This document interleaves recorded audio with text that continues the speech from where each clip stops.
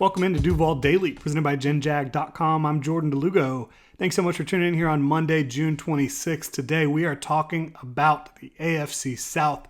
Who poses the biggest threat to the Jacksonville Jaguars within their division in 2023? That's what we're going to talk about here today.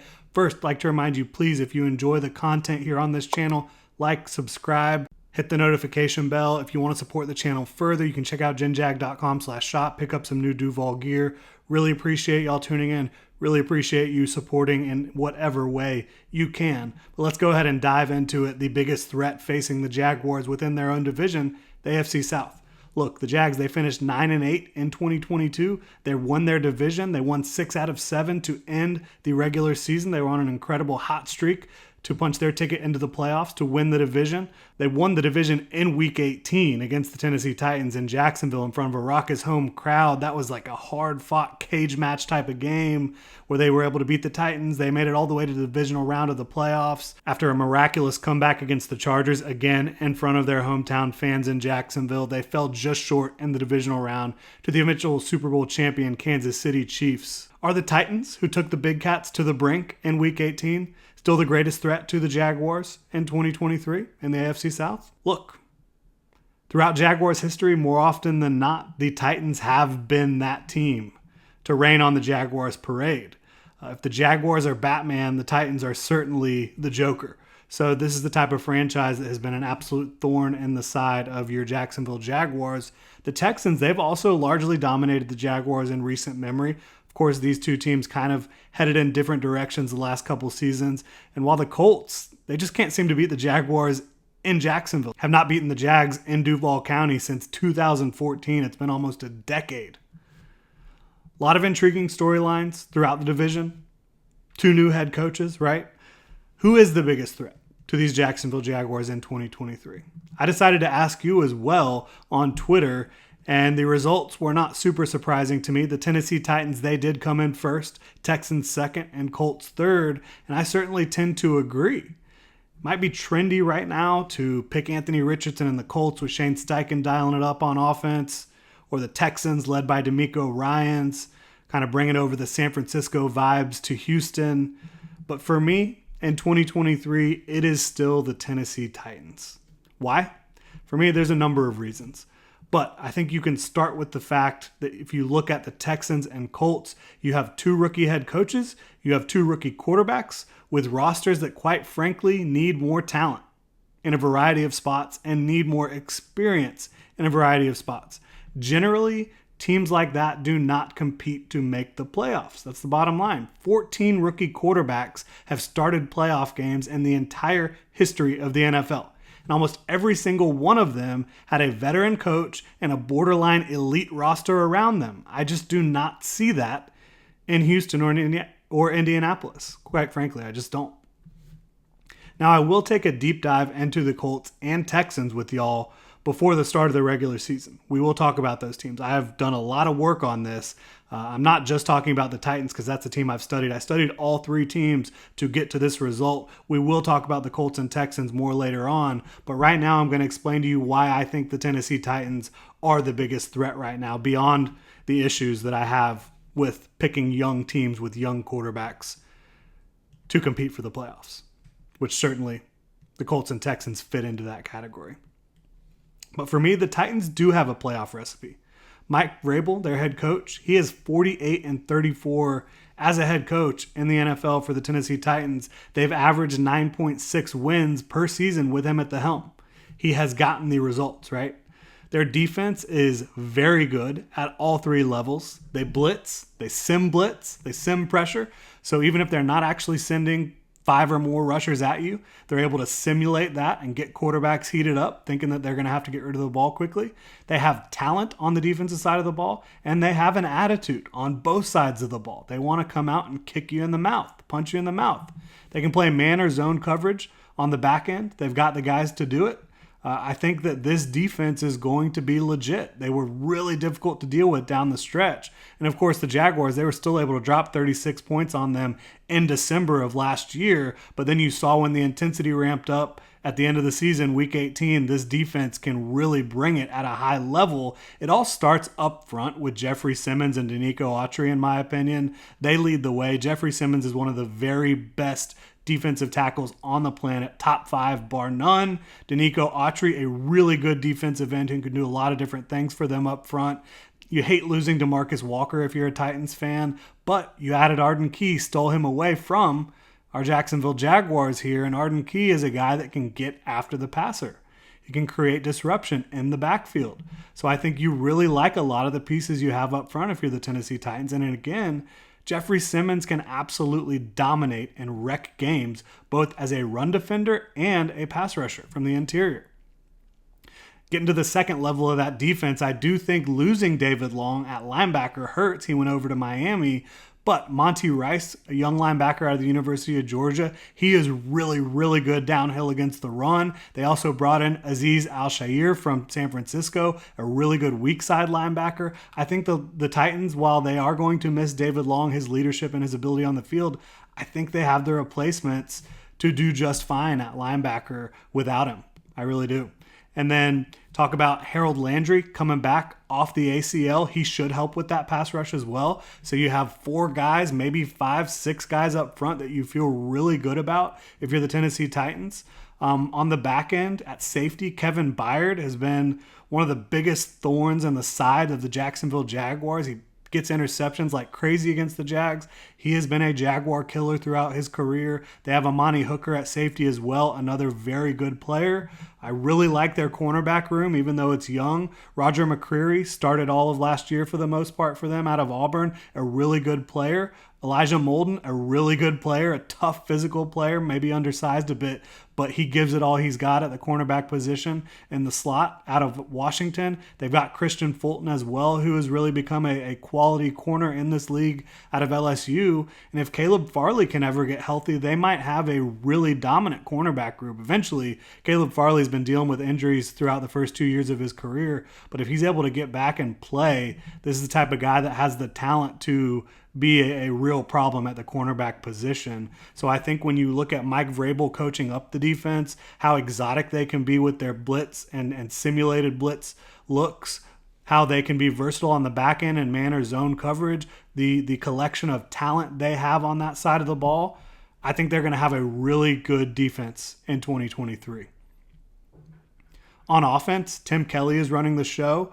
I think that he got done absolutely dirty by the Houston Texans following the 2021 season, in which he took a rookie Davis Mills, got pretty good results out of that offense, went over to Tennessee last year and has now been promoted to offensive coordinator. I'm a big fan of what he can do. He brings a lot of modern concepts to the football field, but this is going to be a team that you know what they want to do. They want to pound the rock with Derrick Henry. They want to get him outside, rolling downhill, going up against secondary players, linebackers who just struggle to bring him down, quite frankly.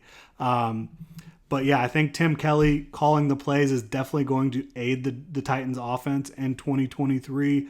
Obviously, I think you could still say that their offensive line leaves a bit to be desired in probably 3 of the 5 spots. So that could be the kryptonite of the Tennessee Titans in 2023, but they think they've upgraded that group for sure. They brought in Andre Dillard to play left tackle. He's a guy I wanted the Jaguars to pursue potentially because of the connection with Doug Peterson, but I thought he should be pursued as a swing tackle, not a starting tackle. So that kind of shows you the direction they went in there. Obviously, they brought in Peter Skoronski, who's a fantastic prospect in the draft. I think he's going to play left guard for them. He's going to upgrade that offensive line for sure. He's going to make Andre Dillard look better next to him. He's going to make the center look better next to him. But I still think if you wanted to poke a hole in the Titans roster and say, is this going to hold them back too much to compete and potentially win 8, 9, 10 games? I think it probably is the offensive line. But I think that they have the athleticism up front to do what they want to do in the run game. I think despite not having a great offensive line last year, they were still able to do a lot of the stuff they wanted to do in the run game, kind of getting downhill and attacking you, getting you moving, getting you off your spot as a defense and letting Derrick Henry do the rest. And they are going to get Derrick Henry downhill and attacking, hitting that C gap on the outside zone and just demolishing linebackers, cornerbacks, and safeties. They also added a speed element and elusive element to the backfield. And Tyjae Spears, a running back that I was really high on, had a second-round grade on Tyjae Spears coming out of Tulane. So I think he's going to add a little bit of versatility, a little bit of a 1-2 punch to that Titans backfield for sure. In the passing game, they're going to run a lot of play action. They're going to run some quick game stuff. I think you would also point at the passing targets and say maybe they're good enough in this system, not great. Treylon Burks is a very talented receiver, was a rookie last year. I think he has a chance to become a difference maker in this league. They still have Nick Westbrook-Akina. They still have Kyle Phillips, who they drafted last year. I'm a big fan of what Kyle Phillips can become. They brought in Chris Moore from the Houston Texans, a guy that can do a lot for you from the slot. So this is a team that, you look at their receivers and not the best group of receivers on the planet. I think Chigga Okonkwo at tight end going into his second year out of Maryland, was a big fan of him coming out of Maryland. He's got the type of athletic ability and talent to really be a problem for defenses, a matchup problem with his speed, athleticism, and ability to just make plays all over the field. So I think the Jaguars are going to have to be able to contain him in 2023 when they face the Tennessee Titans as well. But they don't need to be with the way they operate their offense through Derrick Henry, through the running game, through play action. Ryan Tannehill is back as the starting quarterback right now. They did draft Will Levis. I don't think Will Levis is going to see the field a whole lot in 2023 because I don't believe Mike Vrabel is ready to throw in the towel. Now, if the Titans come out and they struggle to win games early on, they have a really poor record down the stretch, could you see Will Levis? Yes. But I expect the Titans to be more competitive than a lot of people expect. Ryan Tannehill, as their starter, has led them to be a playoff-type team consistently with Derrick Henry running the ball. With this offensive scheme that I don't think is going to change a ton. I think Tim Kelly will probably bring in some more modern concepts, but I think overall this is not going to be an offense that completely flips the script. They're going to try to run it through Derrick Henry, through the play action game, and win that way. And I think that's a quality way to win when the rest of the NFL is kind of zagging. You're going to zig and you're going to pound the rock with Derrick Henry. You're going to be a really tough physical football team. And again, the defense is going to help that offense out, in my opinion. And I think the offense, playing ball control offense, can help the defense out as well, keep them fresh. So for me, they are a veteran team with a coach who makes a difference, a real difference in terms of his personality kind of seeping in through the entire organization, through the entire roster, and them playing really tough, hard-nosed football. I think he's not only a tough coach, a tough-minded coach, I think he's a smart coach who makes a lot of good decisions as the head coach. They have a clear identity on both sides of the ball, and I think the Titans, with Ryan Tannehill, with Derrick Henry, with these guys running it back, and all the talent and problems they can cause on the defensive side of the ball, I think they're still clearly the biggest threat to the Jacksonville Jaguars in 2023. But I'll be honest with you. I still think the Jaguars are going to be by far the best team in this division in 2023. I don't think the Titans will be super close to winning the division, but I do think they'll be able to compete potentially for a wild card berth in 2023. I think the Jaguars are going to win the AFC South. I think they will be a top 4 seed, and they will be hosting a playoff game, at least one, in 2023. But I do see them splitting with the Tennessee Titans this year. They swept the Titans for the first time in a long time last year. I think they got a little bit lucky, obviously not facing Ryan Tannehill in Week 18, having a little bit of a different type of ball game in Week 18. The Jaguars barely escaped that game, but I think if the Titans are at full strength, it might be a different story. So I think the Jaguars will split with the Titans, but Jaguars overall will come out on top in the division. I still have the Jaguars right around 11 wins right now. We'll see how things play out. But for me, I still see Jags on top, going 4-2 in their division, splitting with the Titans, and then sweeping the Colts and splitting with the Houston Texans in 2023. I think the Titans, while they are the biggest threat to the Jaguars, I don't think that they are a massive threat. I don't think it's like neck and neck. I think the Jaguars, with their offense, with Doug Peterson's ability to call plays and dial it up, with Trevor Lawrence ascending in year 2 in this offense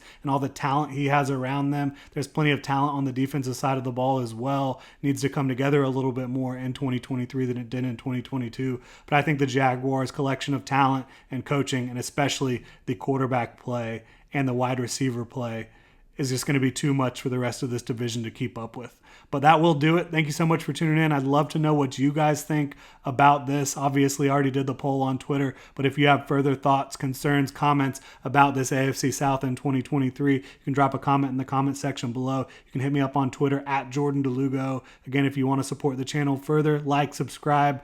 You can also check out genjag.com, pick up some new Duval gear. Really, really appreciate y'all tuning in. Hope you have a great rest of your Monday, Duval.